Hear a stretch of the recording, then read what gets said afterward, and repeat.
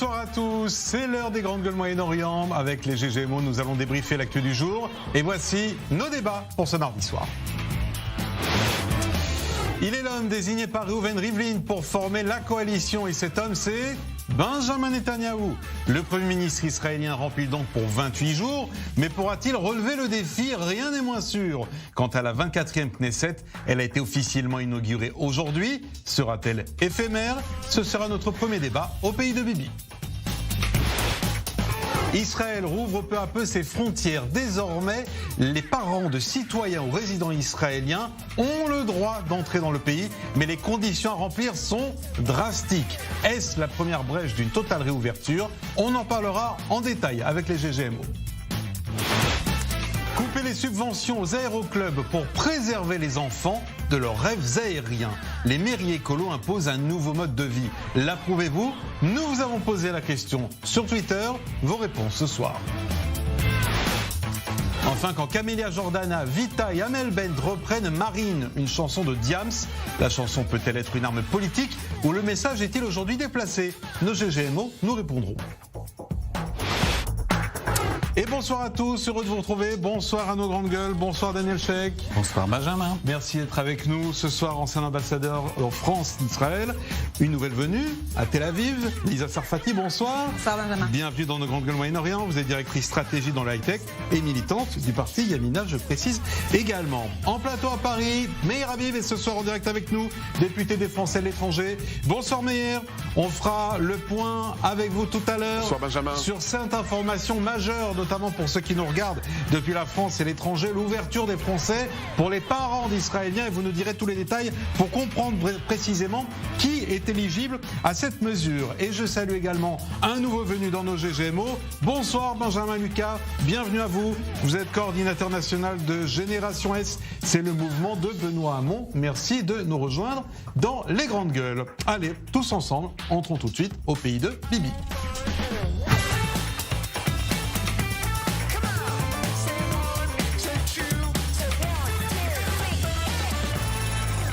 Et oui, notre jingle peut encore s'appeler le pays de Bibi, en tout cas pour les 28 prochains jours. Reuven Rivlin a chargé Netanyahou de former une coalition. La nouvelle Knesset a également été inaugurée. On va tout de suite d'ailleurs retrouver Dror Even Sapir en direct avec nous depuis Jérusalem. Dror, l'image du jour, c'est cette photo de famille des 13 partis qui composent la nouvelle Knesset. Une affiche très hétéroclite. Tout cela, Dror, vous semble-t-il durable ? Écoutez, pas véritablement. Et vous savez, 13 formations politiques à la Knesset, 13 groupes parlementaires à la Knesset, c'est pas tout à fait un record, mais presque. Et ça montre à quel point la société israélienne est polarisée, elle est divisée. Deux exemples, deux anecdotes. Un député ultra-orthodoxe a demandé de changer de place parce que la place qui lui a été attribuée dans l'hémicycle, eh bien, c'était entre deux députés femmes. Et donc il a demandé de changer de place. Ça a été accordé d'ailleurs, demande acceptée. Et puis les députés, certains députés de la liste unifiée, de la liste arabe unifiée, ont refusé de prêter serment avec la formule consacrée.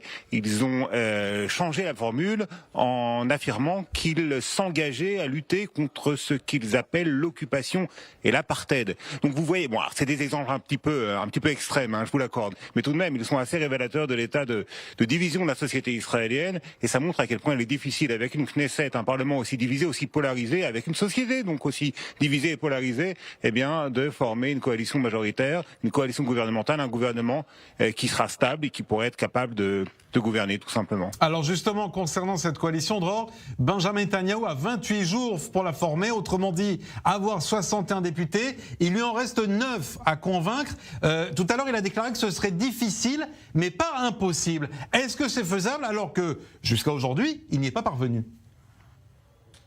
Bon, c'est très difficile, ce sera très difficile et ce sera presque impossible. Pourquoi ? Eh bien, parce que pour obtenir une majorité, il faudrait qu'il parvienne à convaincre le parti le plus à droite de la Knesset, le sionisme religieux, de participer à un gouvernement de droite, donc, mais soutenu de l'extérieur par le parti islamique Raham. Et de cela, les leaders du sionisme religieux ne veulent pas entendre parler. Autre possibilité qui s'offre à Benjamin Netanyahou, tenter de convaincre des députés de l'autre camp. Donc des députés qui ont été élus sur des listes qui refusent de soutenir Benjamin Netanyahou quoi qu'il arrive. ce n'est pas complètement impossible. Il y est parvenu dans le passé, Benjamin Netanyahou, à convaincre des transfuges. Mais il semblerait que dans la configuration actuelle, Benjamin, ce soit encore plus difficile. Et d'après presque tous les observateurs de la vie politique israélienne, Benjamin Netanyahou, au bout de ces 28 jours, ne parviendra pas à rassembler une coalition gouvernementale. C'est pas tout à fait certain, mais presque. Et s'il n'y parvient pas, son autre mission, qui elle sera beaucoup moins difficile à remplir, ce sera de mettre des bâtons dans les roues de ses adversaires pour qu'ils ne parviennent pas à former un gouvernement sans lui, sans le Likoud, sans Benjamin Netanyahou. Et bien voilà pour ces dernières nouvelles en direct depuis Jérusalem. Merci beaucoup, Dror Reven-Sapir. Daniel Sheikh, tout cela n'est pas très rassurant. On a de nouveau Netanyahou Premier ministre. Pas de changement depuis la dernière fois qu'on était ensemble ici dans cette même émission, mais aucun espoir de sortie de crise. Et même Dror nous le confirme ce soir. Je ne dirais pas aucun, mais je suis d'accord avec Dror que c'est très difficile. D'abord pour Benjamin Netanyahou, je pense que c'est quasi impossible. Et personnellement, je pense qu'il n'attendra même pas les 28 jours. Parce que dès qu'il découvrira que ça ne marche pas de manière facile ou évidente, et je ne vois honnêtement pas exactement les chemins qu'il peut poursuivre, il va y renoncer et après restera à voir est-ce que la partie adverse pourra former une majorité. Il faut une majorité simple, je vous le dis, il ne faut pas forcément 61. S'il y a des membres de la Knesset qui s'abstiennent, il suffit une majorité simple. Et là, ce n'est pas un secret, il y a déjà des négociations assez avancées entre Yair Lapid et Yamina, c'est-à-dire entre Yair Lapid et Naftali Bennett, pour essayer de former une sorte de gouvernement d'urgence, pour essayer de sortir de cette impasse impossible qui nous mène d'élection à élection. Ça veut dire qu'eux, de leur côté, préparent l'après-Netanyahou, l'alternative à Netanyahou qui pourrait avoir lieu après ces 28 jours. C'est la priorité. Oui. Meir Habib, quelle est votre analyse à vous, sachant que ce devait être une victoire pour Netanyahou, puisque c'est lui qui est désigné aujourd'hui Premier ministre pour former cette coalition. Oui, mais voilà, sa tâche s'annonce très ardue. Je crains que Danny Sheikh prenne ses désirs pour des réalités. C'est certes pas facile pour Benjamin Netanyahou, mais beaucoup plus facile parce que tout simplement beaucoup plus homogène. De quoi s'agit-il ? Il s'agit simplement, aujourd'hui il a 52, avec Bennett qui rêve d'être Premier ministre, mais qui a 7 mandats alors que Netanyahou en 30, ça ferait 59. Et on a le parti de Gideon Sa'ar qui, il peu de temps, s'est présenté au Likoud, était un membre éminent du Likoud et a perdu contre Netanyahou aux primaires du Likoud, avec quand même 6 personnes sur la liste qui est à droite. Et donc, il suffit d'en prendre 2. Et on a un parti arabe qui est prêt à... Netanyahou a dit dans son discours d'ailleurs qu'il était fondamental pour lui s'occuper de la sécurité des Arabes, des problèmes civils, des problèmes économiques, et qu'il allait le faire, qu'il l'avait fait, qu'il avait mis 10 milliards, et qu'aujourd'hui on sait très bien que M. Abbas Mansour, qui était aujourd'hui malade... Il s'appelle Mansour Abbas d'ailleurs, pas Abbas Mansour, il faudrait au moins savoir son nom avant de l'engager dans votre coalition. On connaît... Oh là là, bon, il s'appelle Mansour Abbas ou Abbas Mansour. Non, il s'appelle Mansour Abbas. Bon, on dit les deux très souvent. Habib Meir.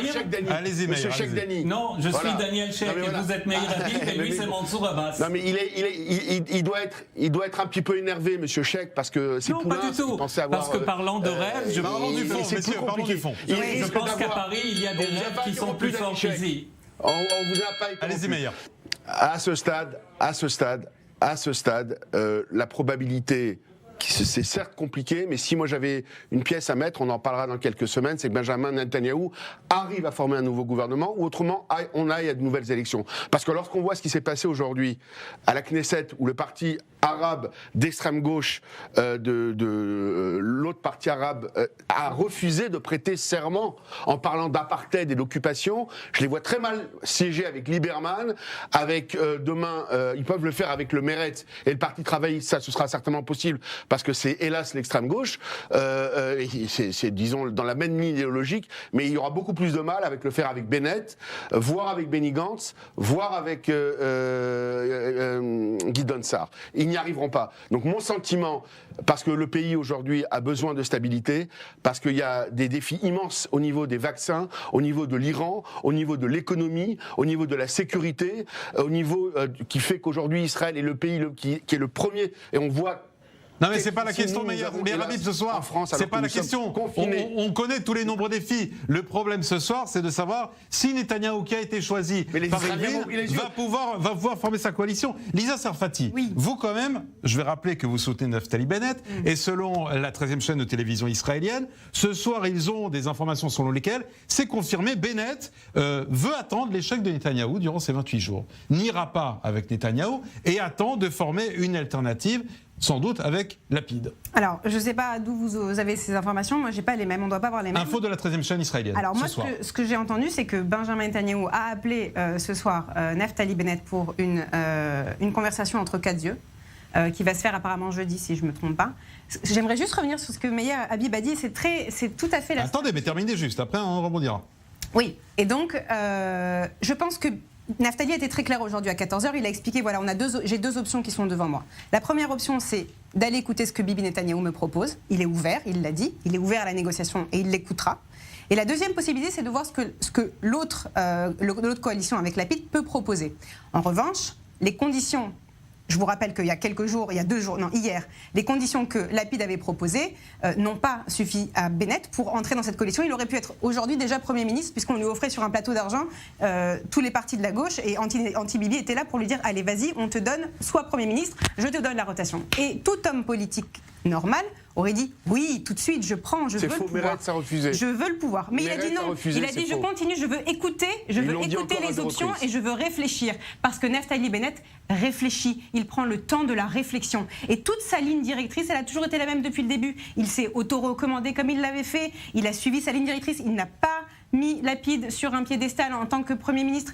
Tout ce qu'il fait, tout ce qu'il dit, il le fait. Donc pour l'instant, on est clair là-dessus. Il a fait une intervention en 7 jours, ça a rendu fou toutes les chaînes d'information parce qu'il ne parlait pas beaucoup, parce qu'il réfléchit. Oui, mais est-ce qu'être responsable aujourd'hui... J'ai quand même un problème avec Naftali Bennett. J'ai déjà du mal avec des citoyens israéliens ou ailleurs qui se déplacent jusqu'au bureau de vote et mettent un bulletin blanc. Mais un chef de parti avec 7 sièges qui aille chez le président pour lui proposer un bulletin blanc, je trouve ça inadmissible. C'est de l'audace. Et sans l'audace, Ben Gurion et nous ne serions là aujourd'hui sans l'audace. Ce n'est pas de l'audace, je suis désolé, c'est de l'indécision. C'est de la stratégie. Pourquoi c'est de la stratégie? Vu d'extérieur, on a presque l'impression que c'est irresponsable dans le contexte et dans l'état dans lequel se trouve Israël aujourd'hui. Ça, c'est pas illégitime, Meir Habib. C'est pas illégitime de vouloir être Premier ministre. Meir Habib. C'est pas du tout illégitime, c'est la loi le permet. Avec 7 mandats. Oui, avec la majorité.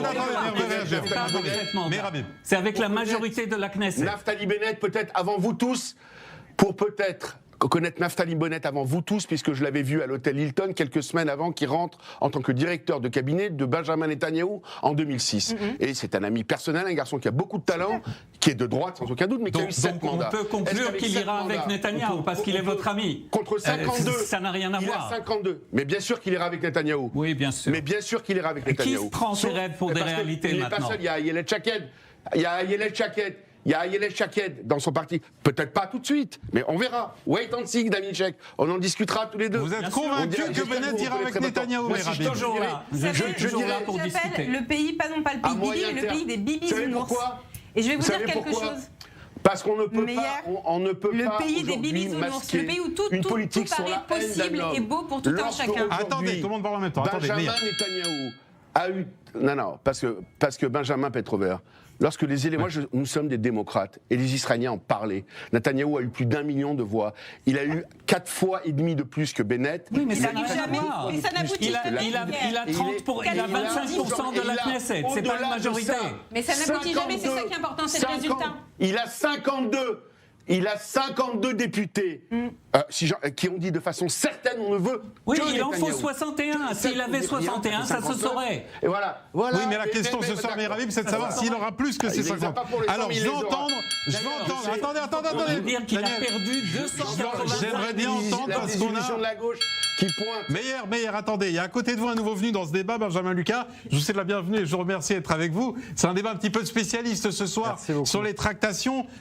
Vu de Paris, justement, est-ce que vous, à Génération qui réclamez une dose proportionnelle, vous dites pas, bon voilà, quand on voit ce qui se passe en ce moment en Israël, non, c'est pas du tout la bonne solution et il faut peut-être pas être favorable à cette dose de proportionnelle. Réfléchissez à 2 fois, je vous assure. À 3 fois même. Au contraire, moi je suis pas du tout partisan de M. Netanyahou, vous le savez bien. Je ne ferai aucune ingérence et je n'ai pas, moi, à dire aux parlementaires israéliens ce qu'ils ont à faire. Au contraire, je crois que c'est la beauté des grandes démocraties que de devoir former des coalitions, que de devoir construire des majorités. C'est difficile et je pense que la proportionnelle, le mode de scrutin israélien, la réalité dans laquelle nous sommes aujourd'hui, elle ne dépend pas des institutions et du mode de scrutin. Elle dépend, vous l'avez dit, je ne sais plus qui l'a dit au début de cette émission, mais elle dépend de la polarisation dans la société. Elle dépend de fractures qui traversent la société israélienne, comme nos sociétés d'ailleurs sont toutes aujourd'hui traversées par des fractures politiques importantes. Donc je crois que le problème, ce n'est pas le thermomètre et ce n'est pas le fait qu'il y ait 13 groupes parlementaires, c'est le fait qu'il y a aujourd'hui une difficulté à trouver une majorité parce qu'il y a des débats dans la société israélienne comme il y en a dans toutes les sociétés. Mais en tout cas, moi je crois que la démocratie, elle est toujours belle et la démocratie est faite pour être difficile et je préfère la difficulté de la construction de coalition à la simplicité de régime qui finalement ne représente pas la volonté des électeurs parce qu'il suffit, voilà le système de l'élection présidentielle française. Hein. En France, vous pouvez être élu avec 24% des voix et vous pouvez être président de la République parce que vous vous êtes retrouvé au second tour face à Madame Le Pen. Moi, je préfère des démocraties où on prend du temps et puis s'il faut, on retourne devant les électeurs parce que ce sont les citoyens qui ont le dernier mot. Je crois que c'est important. Écoutez, là pour le coup, c'est 4 fois d'affilée et peut-être 5 fois. On verra bien. Je suis comme ça. En tout cas, votre point de vue est intéressant. On ne sera pas d'accord beaucoup dans cette émission, mais on commence par être d'accord.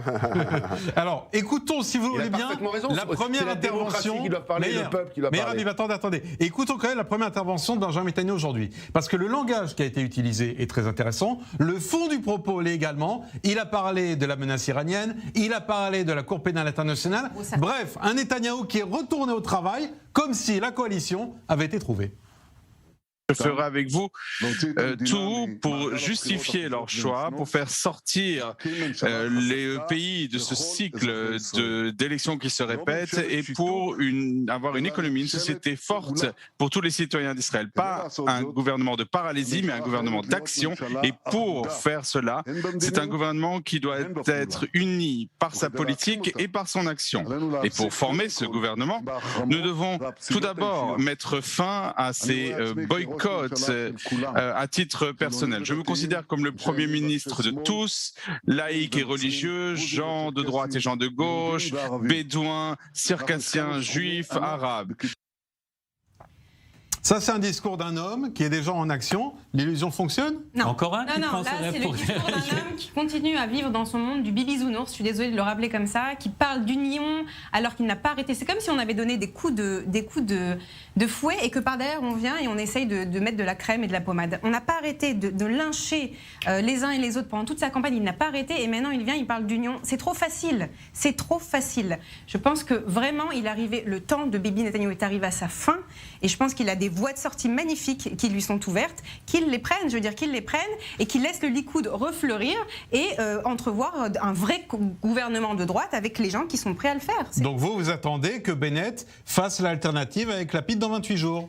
Moi, j'attends que Bennett. Dites franchement ce que vous pensez. Oui, je dis, j'aimerais que Bennett soit Premier ministre, c'est une certitude. En l'occurrence, je ne sais pas exactement ce qui va se passer, je ne peux pas prédire ce qui va se passer. Mais en tout cas, ce qui est sûr, c'est que soit ce sera un gouvernement. Même si Netanyahou a une victoire écrasante lors de l'élection et qui reprend beaucoup plus d'électeurs israéliens qui sont en millions que quelques centaines de milliers qui représentent Bennett. Il a perdu 285 550 électeurs comparé à la dernière fois. Il a perdu 6 sièges. Et pour vous, Naftali Bennett est plus légitime quand on voit le vote des Israéliens ? Je ne sais pas. Oui. La question est qui peut rassembler une majorité.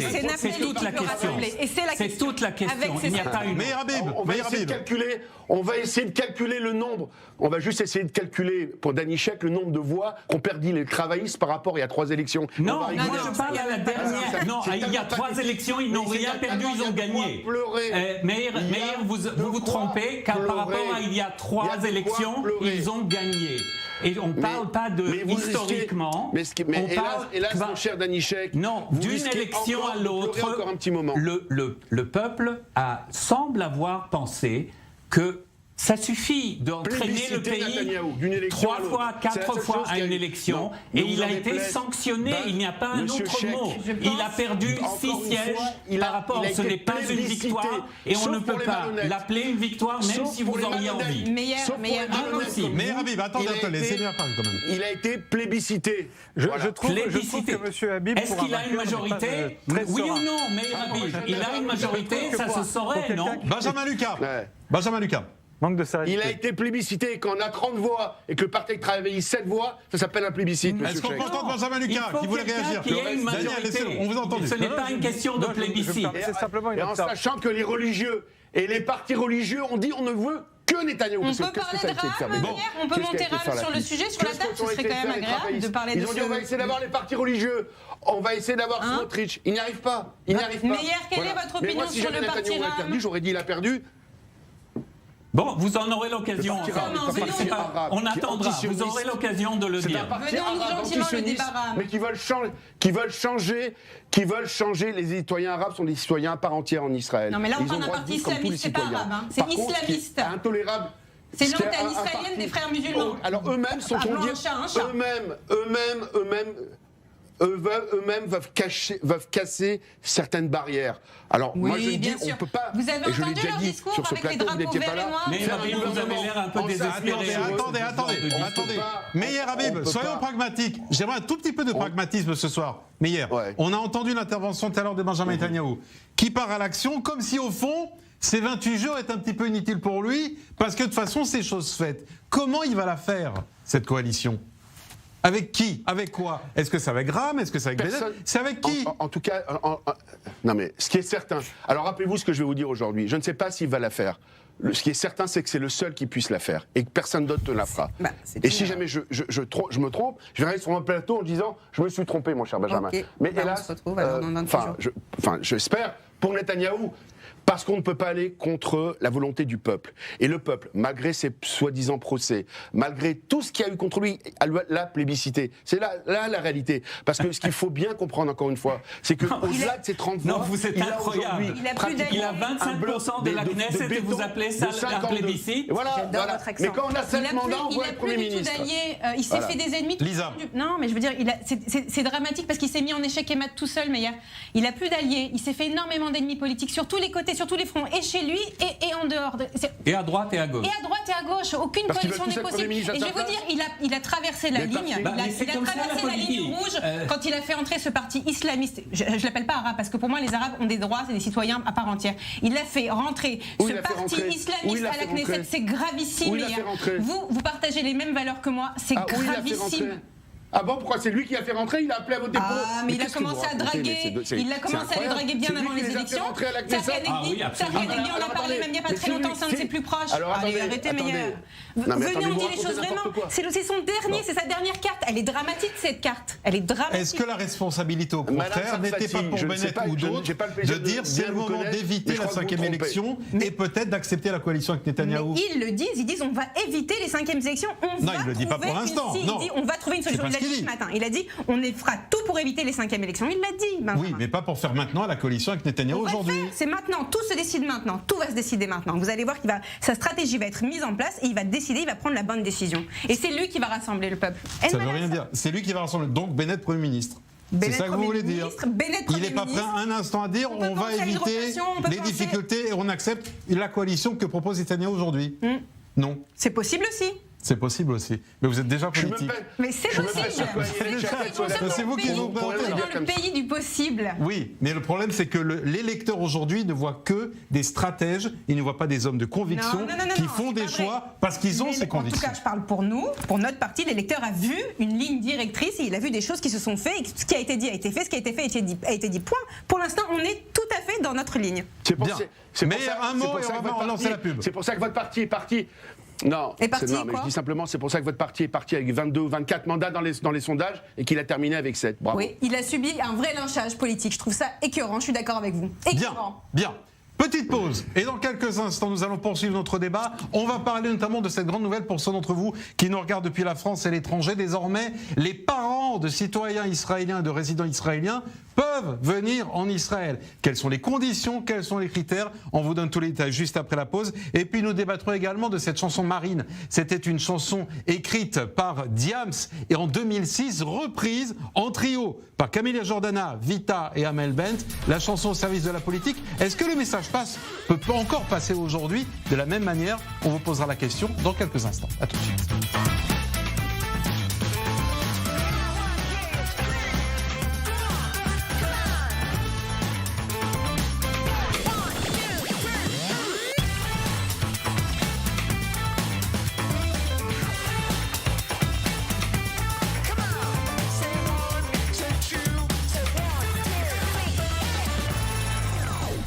Ce sont les Grandes Gueules Moyen-Orient, comme tous les soirs avec vous. Merci de nous rejoindre. À mes côtés ce soir, Daniel Sheikh, ancien ambassadeur de France d'Israël en France. Lisa Serfati, directrice stratégie dans le high-tech, militante du parti Yamina. À Paris avec nous, Benjamin Lucas ce soir, conseiller national de Génération S, le mouvement de Benoît Hamon, ainsi que Meir Habib, député des Français de l'étranger. Et justement, Meir Habib, avec vous maintenant, j'aimerais faire le point sur l'information du jour pour ceux qui sont à l'étranger et qui souhaitent se rendre en Israël, qui sont bloqués maintenant depuis des mois et des mois. À partir de demain, la règle change, mais change pour un profil très particulier. Ce sont les citoyens qui ont des parents israéliens. Eh bien, ils peuvent désormais venir en Israël, oui, mais à des conditions très très particulières. Quelles sont-elles, meilleures ?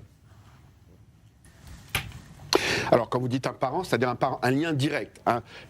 Les Français qui ont des enfants, des parents, un lien direct, des frères ou une sœur, des Français qui sont vaccinés. Il s'agit de Français qui veulent partir en Israël. Dans l'autre cas, tout est ouvert.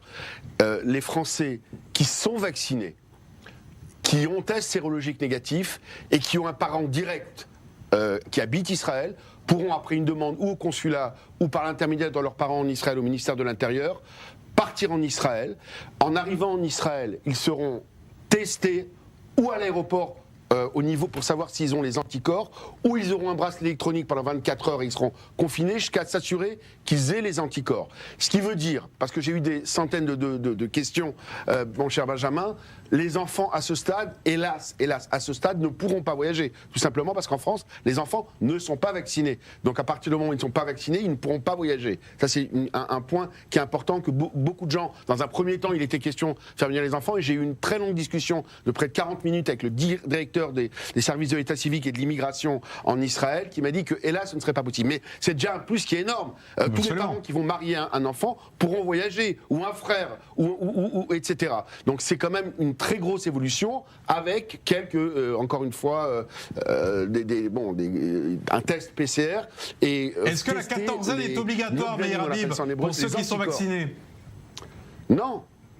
Non, bien sûr que non. À partir du moment où à l'aéroport, automatiquement, ils sont en train de, ce qui m'a expliqué le directeur des services en Israël, ils seront en train de mettre un système qui directement à l'aéroport teste et avec une réponse immédiate pour savoir si on a les anticorps. Et si c'est pas fait immédiatement, ils auront un bracelet électronique et dès qu'il y a un rendez-vous par un SMS automatique, ils seront libérés du confinement. Donc à partir du moment, par contre, il faut faire attention aux petits malins qui seraient, parce qu'il m'a bien expliqué que ce serait du pénal. S'il y a des petits malins qui voudraient trafiquer des certificats de vaccination, ça, ce serait extrêmement grave et pénal. En plus de ça, il y a un examen pour voir les anticorps à l'arrivée. Les Israéliens sont très bons là-dedans. Moi, je leur fais confiance, ce qui est quand même un plus qui est énorme. J'avais écrit au président de la République et j'ai pas de réponse à ce stade pour dupliquer l'accord que Israël a fait avec la Grèce, Chypre et maintenant l'Italie, pour faire qu'automatiquement, sans toutes ces formalités administratives, il y a un échange. J'ai pas eu à ce stade de réponse, hélas, parce que la France n'a que vacciné doublement que 5% de sa population à ce stade. J'espère que ça va augmenter. Mais quand même, c'est un plus. Le verre n'est jamais à moitié totalement plein, mais il est quand même beaucoup plus plein qu'il n'était il y a quelques jours. Donc c'est une magnifique nouvelle pour beaucoup de gens qui n'ont pas vu leurs enfants depuis un an et demi. Bon, c'est une grande nouvelle quand même que l'on peut annoncer ce soir, parce qu'en effet, il y a eu des familles divisées, il y a eu des cas absolument dramatiques que l'on a d'ailleurs relayés ici sur cette antenne. Et je tiens à remercier, et si vous me permettez, je le dis, je tiens à remercier le Premier ministre de l'État d'Israël qui s'est impliqué personnellement et le gouvernement dans son ensemble. Sans lui, on ne serait jamais arrivé. Mais ça, je le dis accessoirement, les élections sont passées. Voilà, le message est passé. Daniel Sheikh, vous prédisiez un retour de mesures strictes après les élections. Bon, finalement, c'est l'inverse. On a quand même des bonnes nouvelles. Oui, j'en suis heureux. On avait dit ça un peu en rigolant à l'époque. C'est tant mieux, mais honnêtement, j'aimerais réagir à ce qu'a dit Meir, parce que je trouve que c'est vraiment très très bien d'essayer de le faire. La communauté française est quand même une des plus grandes du monde, et s'il y a moyen d'aider les familles qui sont partagées entre Israël et la France, il faut le faire. Je sais que moi, je reçois des demandes sans cesse et moi, je n'y peux rien. Donc, j'imagine que mon ami Meir Habib est inondé absolument. Et si Meir, vous aviez contribué à ça, je vous en félicite de tout cœur. Écoutez, pour une fois, on a un message d'unité ce soir dans cette émission. Tout à fait. Non, où c'est dû, c'est dû. Hein. Je ne fais que mon travail en tant que député des Français. Je ne fais que mon travail, mais je le fais avec tout mon cœur. Mais c'est mon travail en tant que député qui représente les 180 000 Français d'Israël au Parlement français. En tout cas, c'est une grande nouvelle pour ceux qui nous regardent, notamment depuis la France ce soir. Lisa Sarfati, c'est peut-être aussi bon présage. J'imagine que vous avez des proches aussi bloqués en France. Absolument. J'ai moi-même des proches, mais surtout, j'ai vécu à mon contact des amis proches qui ont eu des naissances de leurs enfants, 3e, 4e enfant, des circoncisions qui se sont faites sans leurs parents, des mariages, et on a vécu ça, c'était un vrai traumatisme, et je suis vraiment contente qu'on ait pu régler ce problème-là. Mais Yarabib, la dernière étape, ce serait peut-être maintenant l'équivalence avec le passeport vert qui n'est toujours pas reconnu en France. Bon, on sera obligé de le reconnaître. C'est bien d'en parler, Benjamin Petrover. Je l'ai dit depuis des mois. J'ai eu une altercation avec le ministre, que j'aime beaucoup par ailleurs, le ministre des Français de l'étranger, Jean-Baptiste Lemoyne. Nous n'échapperons pas au passeport vert, passeport vaccinal. Appelez ça comme vous voulez. Mais les gens vaccinés voudront revenir à une vie normale. Autrement, rien ne bougera. Et vous verrez que très rapidement, une fois qu'on aura vacciné, j'espère que ça arrivera le plus rapidement possible chez nous, il y aura un passeport vaccinal qui commence déjà à être adopté par plusieurs pays européens. Mais encore une fois, je ne veux pas que chez nous en France, on soit les derniers, comme on l'est, hélas, souvent ces derniers temps. Benjamin Lucas, vous êtes favorable ou voit ce passeport vaccinal universel qui permettrait justement bien de voyager librement une fois qu'on est vacciné ? Ouais, je suis favorable à ce qu'on amplifie au maximum la vaccination, parce qu'on le voit, et là l'esquisse de bonnes nouvelles que vous évoquiez, elle est réjouissante. La sortie de crise, c'est la vaccination. La sortie de cette pandémie et la capacité à retrouver la maîtrise de nos vies, c'est la vaccination massive. Et donc, bon, s'il faut en passer par des étapes intermédiaires, bien sûr, mais encore une fois, je trouve qu'en France, en tout cas, on prend toujours le débat du mauvais côté, c'est-à-dire qu'on parle des mesures de confinement, etc., ce qu'il faut faire, on parle du passeport pour l'après, on ne parle pas assez, ou en tout cas on ne met pas assez le paquet sur la vaccination. Là, il y a une accélération qui nous est promise, comme c'est la 3e ou 4e fois qu'on nous promet une accélération.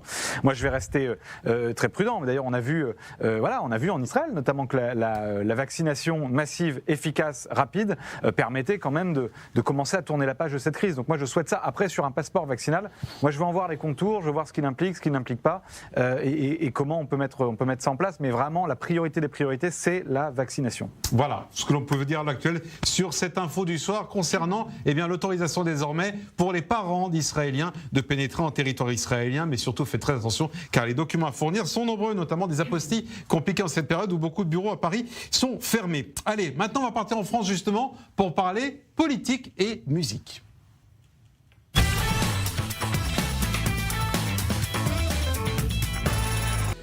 Elles sont 3 voix pour un message politique. Amel Bent, Vita et Camélia Jordana reprennent la chanson de Diams, Marine, écrite en 2006 contre le Front National. La Marine à laquelle parle évidemment, c'est Marine Le Pen. Et voici ce qui est dit dans ce texte. Marine, j'ai peur que dans quelques temps tu y arrives et que nous devions tous foutre le camp. Donc, j'emmerde, je cite, j'emmerde qui ? Et à la fin de la chanson, elle dit j'emmerde le Front National.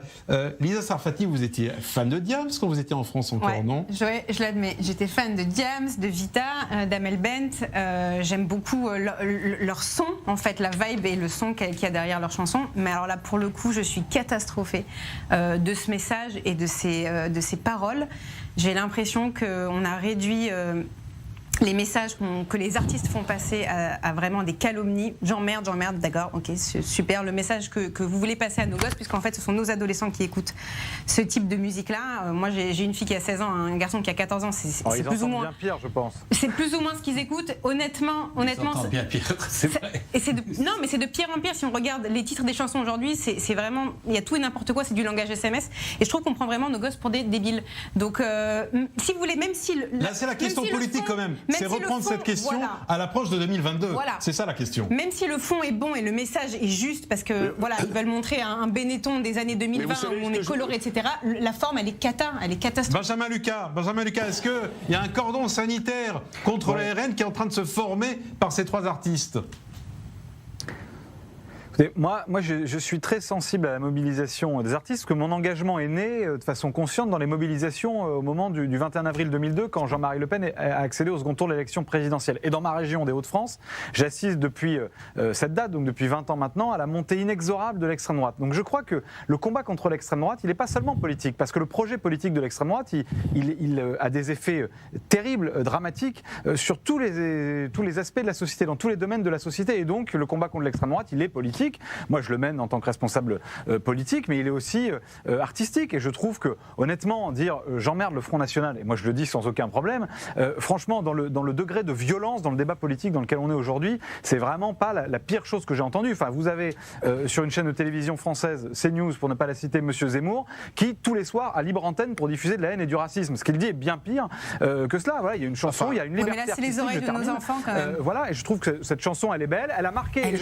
Cette chanson, elle a marqué des générations dans leur engagement antiraciste, dans leur engagement contre le Front National. Moi, si elle permet de mobiliser aujourd'hui une part de la jeunesse, si elle permet de mobiliser des citoyens à qui on rappelle que le péril de l'arrivée au pouvoir de l'extrême droite est une possibilité en 2022 et que la société se mobilise et que mais dans ça ma peut famille mobiliser politique, justement, Benjamin Lucas, en matière de responsabilité, eh bien tant mieux. Est-ce que cette chanson, elle peut vraiment mobiliser, ou est-ce qu'elle ne passe pas? Et on a vu sur les réseaux sociaux, on a vu des messages sur les réseaux sociaux qu'elle font la leçon. Juste un dernier. Voilà. Un dernier. Alors, moi j'aimerais bien. Non, j'en dis un dernier, je vous laisse la parole, pas de problème, je vous le promets.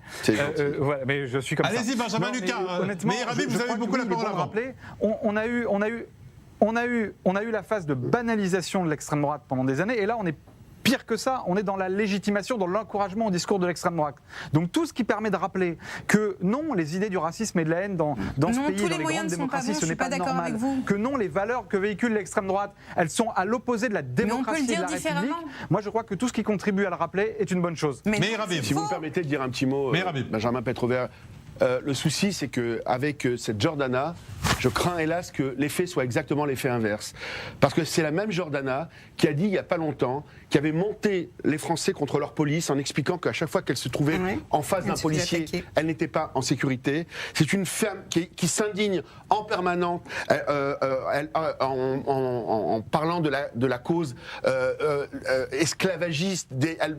Elle devient totalement anti-blanche, des thèses racialistes, des thèses que nous vomissons. Et si vous ne me trouvez pas ici pour défendre les thèses du Front National, ni celles de Marine Le Pen, ça va de soi, mais de là je crains hélas que cette extrême gauche, qui est beaucoup plus politiquement correcte, et beaucoup plus pernicieuse, et beaucoup plus dangereuse, et en plus antisioniste, et en plus antisémite, comme on l'a vu, on le parlera de ce vote à Strasbourg des pseudo-verts qui n'ont pas voté de la définition de l'antisémitisme et qui ont voté 2,5 millions pour une mosquée. Vous mélangez un peu tout là, meilleur ami.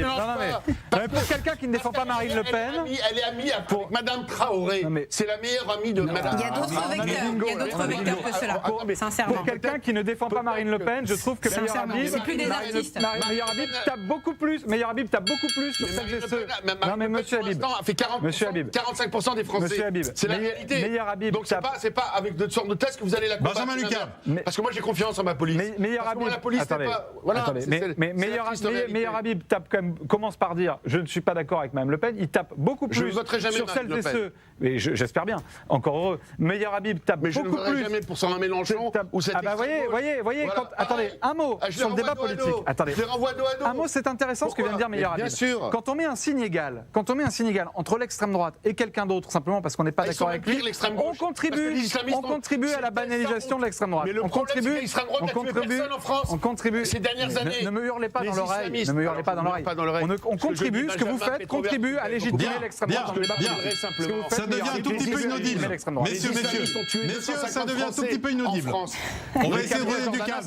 On va essayer 2 secondes d'apaiser le débat. Daniel Cheikh.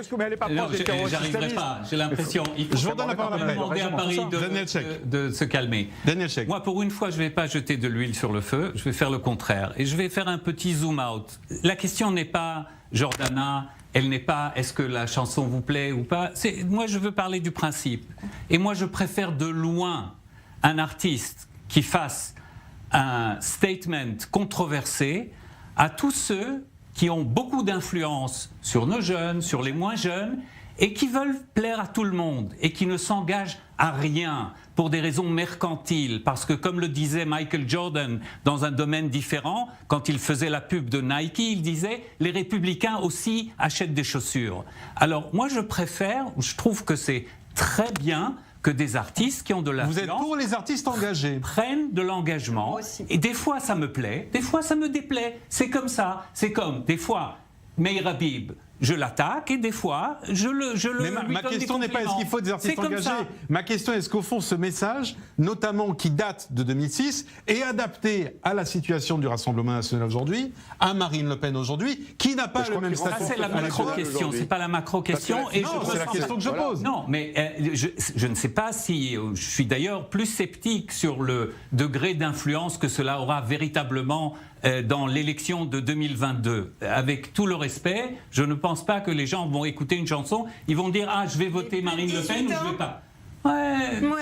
Je crois que vous aujourd'hui, non, on est dans l'ère de et vous les sous-estimez un petit peu. C'est une autre époque. Ils sont plus... Lisa, la jeunesse va les écouter? C'est une autre époque. Je pense qu'on est une autre époque. Moi, j'ai des 35 ans et des 14 ans. Donc, je connais les deux époques. Non, votre époque et la nôtre aujourd'hui, elle est différente. Aujourd'hui, tout passe autour des influenceurs. C'est comme ça que ça s'appelle dans le monde. Mais j'ai des... Il parle de ses ados. Il parle de ses ados.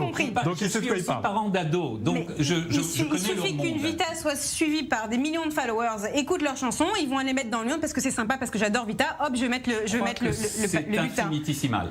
Mais Rabib, est-ce qu'aujourd'hui ce sont des leaders d'opinion, ces artistes-là? Est-ce qu'elles peuvent avoir une conséquence sur 2022? Hélas, je crains hélas que ce genre d'artistes alimente la haine, alimente la violence, alimente le sentiment que certains ont de la part de certains qui ont été parfaitement admis dans ce pays, un sentiment que aujourd'hui les gens sont devenus maintenant anti-blancs. Il existe aujourd'hui un racisme anti-blanc qu'on ne voit pas. Aujourd'hui, quand je vois qu'il y a des réunions et quand on a une fille de talent d'Audrey Pulvar, qui est une journaliste de grand talent et qui nous raconte que dans certaines réunions, on doit avoir des blancs mais sans qu'ils puissent ouvrir la tête, je me dis mais je me pince pour savoir est-ce que si c'est vrai ou est-ce que c'est un poisson d'avril. Non, c'est pas un poisson d'avril, c'est la triste réalité. Et je dis que je voulais juste laissez-moi terminer, toutes ces petites détails font que ça renforce chaque jour un peu plus. Mais Monsieur Habib a cru qu'il était en meeting, il a une tribune, il parle de...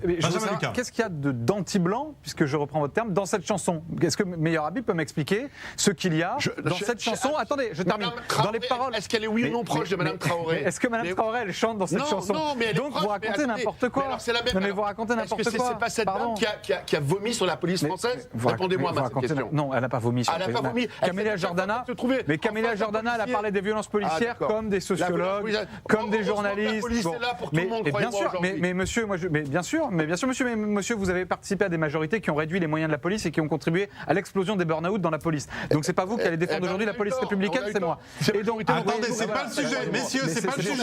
C'est pour ça que vous votiez la confiance. Messieurs, c'est pas le sujet. Benjamin Lucas. Moi, je vais revenir au sujet. Le sujet que vous posez, je vais être discipliné. Vous parliez de la chanson, donc je vais parler de la chanson. Je vous laisse poser votre question. Ma question, c'est l'influence sur 2022 de ce choix de reprendre cette chanson. Mais je le disais, tout ce qui contribue à aussi montrer, c'est l'un des enjeux, la campagne de 2022, elle va aussi jouer sur la nature de notre République. Et finalement, la grande question de 2022, elle est celle-ci. C'est est-ce que nous voulons une République écologique, sociale, démocratique, humaniste, prenons les mots que nous voulons, ou est-ce que nous voulons, oui, bien sûr, ou est-ce que nous voulons, plutôt verte, il faut savoir quels sont vos ennemis. On va en parler tout à l'heure de ce Ou est-ce que nous voulons une République fracturée, violente, autoritaire, dans laquelle le racisme a droit de citer dans les grandes chaînes de télévision, dans laquelle finalement les dérives les plus dramatiques, le racisme, l'antisémitisme, le sexisme, l'homophobie peuvent s'exprimer librement, sans aucun problème. C'est ça le grand enjeu. Et donc je crois que tout ce qui contribue à conscientiser finalement la jeunesse de notre pays, tout ce qui contribue à conscientiser nos concitoyens sur l'idée qu'aujourd'hui l'extrême droite est une menace pour la démocratie, moi me va. Voilà. Mais le problème de monsieur, il y a beaucoup de choses qui sont vraies. On a entendu tous les points de vue. Le problème, c'est que on a entendu tous les points de vue sur le sujet. Jamais de l'extrême gauche. Et il y a une hémiplégie intellectuelle qui me dérange énormément, si vous me permettez, mon cher Benjamin Pétrovert. Bien, le message est dit. Si vous voulez bien, on va poser une dernière question pour les 10 minutes qui nous restent. A-t-on encore le droit de rêver ?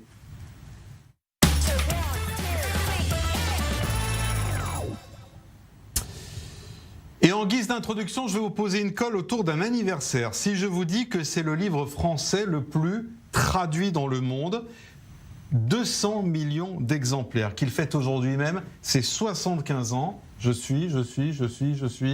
La Bible. Ce n'est pas la Bible. La Bible a plus que 75 ans. Le Petit Prince, c'est Benjamin Lucas.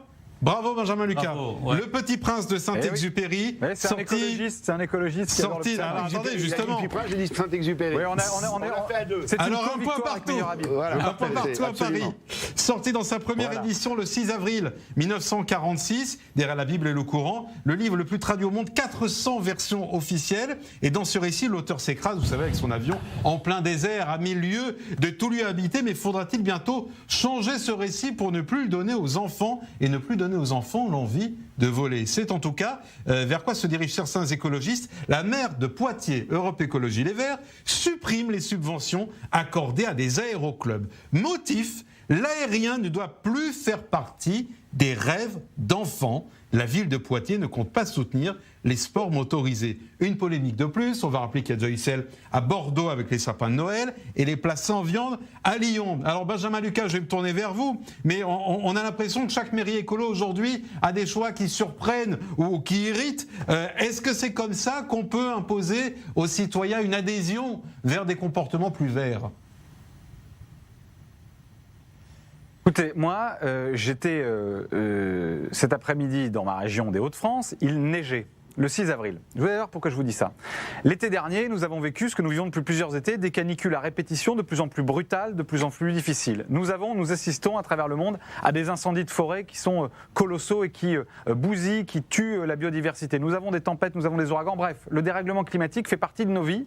Et le débat politique depuis une semaine dans ce pays, ce n'est pas comment on répond au dérèglement climatique, c'est est-ce que Léonore Monconduit, la maire de Poitiers, aime les avions? Est-ce qu'elle aime les rêves des enfants? Par ailleurs, parenthèse, moi je suis allé la voir plusieurs fois dans sa mairie et dans son action municipale. Léonore Monconduit, elle fait beaucoup pour l'éducation populaire, pour le droit aux vacances des enfants, pour la possibilité que des enfants qui n'ont jamais vu la mer puissent la voir. Parenthèse refermée. C'est pas la question. C'est est-ce que M. Urmic à Bordeaux aime les sapins de Noël ou est-ce que M. Doucet à Lyon aime la viande? La question qui devrait nous préoccuper, c'est celle du climat et de comment on le sauve. Mais ça, on est tous d'accord.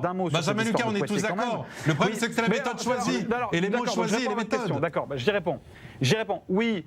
Eh bien, j'y réponds. Je crois qu'effectivement, la question, c'est, et je le dis à mes amis écologistes, mais je ne crois pas que Léonore Monconduit fasse le contraire, il faut une écologie populaire, parce qu'on ne fera pas la transition écologique, effectivement, sans un mouvement profond dans la société, sans une adhésion, parce que l'écologie, elle s'affronte à quoi? Elle s'affronte au libéralisme, elle s'affronte au capitalisme, elle s'affronte au lobby, elle s'affronte aux forces de l'argent, aux forces du productivisme et du pétrole, aux forces de la pollution, et donc...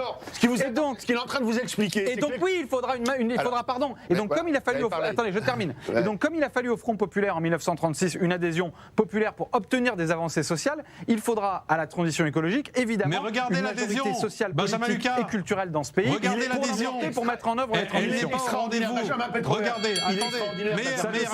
On a posé la question sur Twitter et sur Instagram aujourd'hui à nos téléspectateurs. Justement, cette adhésion, est-ce que ce monde, selon les écolos, vous fait rêver? À une écrasante majorité, 86% qui nous regardent nous disent non. Donc c'est qu'il y a un vrai problème vis-à-vis de la manière dont le message est transmis. Mais c'est la réalité qui ne fait pas rêver aujourd'hui. Benjamin, si je peux dire un mot. La réalité, c'est que vous l'avez écouté de la bouche de Benjamin Lucas. Mais c'est la réalité qui ne fait pas rêver. On crève de chaud. En fait, il a dit je suis vert, il a parlé de l'écologie. Et moi, je suis un vrai écologiste. Mais un écologiste qui est vert, pas comme une pastèque, vert à l'extérieur et rouge à l'intérieur. 5 fruits et légumes par jour. 5 fruits et légumes par jour. Ce qu'il nous a dit actuellement, c'est exactement la théorie rouge. Et c'est ça le fond de la question. C'est comme les chars verts seront place de la Concorde. À Bordeaux, un maire vert s'est plaint il y a un sapin de Noël sur la grande place de Bordeaux parce qu'on était en train de tuer un sapin. Mais où va-t-on je ne veux même pas parler de la mosquée de Strasbourg financée par une mairie verte alors que la maire de Strasbourg a refusé d'adopter la définition de l'antisémitisme, adoptée d'ailleurs par la mairie de Paris, par l'ensemble des pays européens. La maire verte, parce qu'en fait, c'est vert à l'extérieur. Mais non, mais là, je parle d'une mer, parce qu'en fait, j'ai compris c'est très de quoi populaire vous d'être parlez. vert. Mais en réalité, on n'est pas vert, on est rouge. Et on masque ça avec des pseudo-discours écologiques. C'est des discours trop. Donc vous êtes contre. C'est des discours rouges, communistes. Laissez Trotsky, laissez Trotsky dans sa tombe. Laissez Trotsky dans sa tombe. Il nous reste 2 minutes. Messieurs. Il nous reste 2 minutes. J'entends nos invités à Tel Aviv là-dessus. Daniel Sheikh, parce qu'en plus, vu d'Israël ici, on peut dire que l'écologie a été totalement absente de la campagne électorale. Non, c'est pas vrai. C'est pas vrai. Qui? Non, je vais vous dire. Nous sommes très en retard sur le domaine de l'écologie, il faut le dire. Mais nous avons et je le dis positivement, nous avons probablement raté le coche avec le mariage entre l'écologie et la politique, dans le sens qu'il n'y a pas de parti écologiste, à vrai dire, en Israël. Et je trouve que ce n'est pas trop mal, parce que ce mariage entre l'écologie et la politique partisane n'a pas forcément donné des résultats exubérants à travers l'Europe. Ça veut dire que l'écologie doit être une part dans chaque parti. Exactement. Elle est dans chaque parti, elle est dans chaque parti, et elle est dans la société civile. Et là, elle est en train de se développer en Israël, en fait, à un rythme assez impressionnant. Absolument. Lisa Sarfati, c'est l'opinion que vous avez? Non. Parce que moi, j'ai plutôt l'impression que les Israéliens sont de gros pollueurs et qu'ils sont plutôt indifférents à ces questions-là. Alors, moi, personnellement, je trie mes bouteilles, mais à part ça, je vais vous dire quelque chose. Je vois ça, on parlait des avions. En vue d'avion, moi, quand je regarde l'écologie, c'est pas un sujet qui est d'une première priorité pour moi en Israël. On a des sujets bien plus lourds et des dossiers bien plus importants que s'occuper de ça. Je suis d'accord, je vous l'accorde, c'est un sujet qui est important, mais il peut être inclus dans un parti et aller comme ça sur le chemin. En faire toute l'histoire pour un sapin. C'est l'écologie qui a provoqué la guerre en Syrie. Et la sécurité nationale d'Israël va dépendre aussi du dérèglement climatique. Sachez-le. Et ce n'est pas pour dans 150 ans, c'est dans 10 ans, dans 20 ans. Mais ça, c'est un défi déjà relevé par les autorités israéliennes depuis un demi-siècle. Ça fait partie de tous les programmes, justement, de sauver l'eau. Si, l'eau, par définition, c'est l'écologie. C'est pas par souci de l'écologie, c'est par souci de survie. Alors, je vous propose de partir ensemble à la plage de Tel Aviv. On va commencer à nettoyer parce qu'on a beaucoup de travail là-bas. Et on a pas mal... Merci à tous. C'est un plaisir de vous avoir. Nos grandes gueules ici à Tel Aviv. Merci Daniel Sheikh. Merci Lisa Sarfati. Merci beaucoup Meir Habib, Benjamin Lucas. J'espère vous revoir très vite dans les grandes gueules Moyen-Orient. Merci d'avoir accepté le défi avec nous. Dans quelques instants, vous avez rendez-vous avec Valérie Pérez, Histoire et Découverte. Quant à moi, je vous donne rendez-vous demain soir à partir de 20h, heure de Paris, 21h, heure de Tel Aviv, pour les grandes gueules Moyen-Orient. Bonne soirée à tous.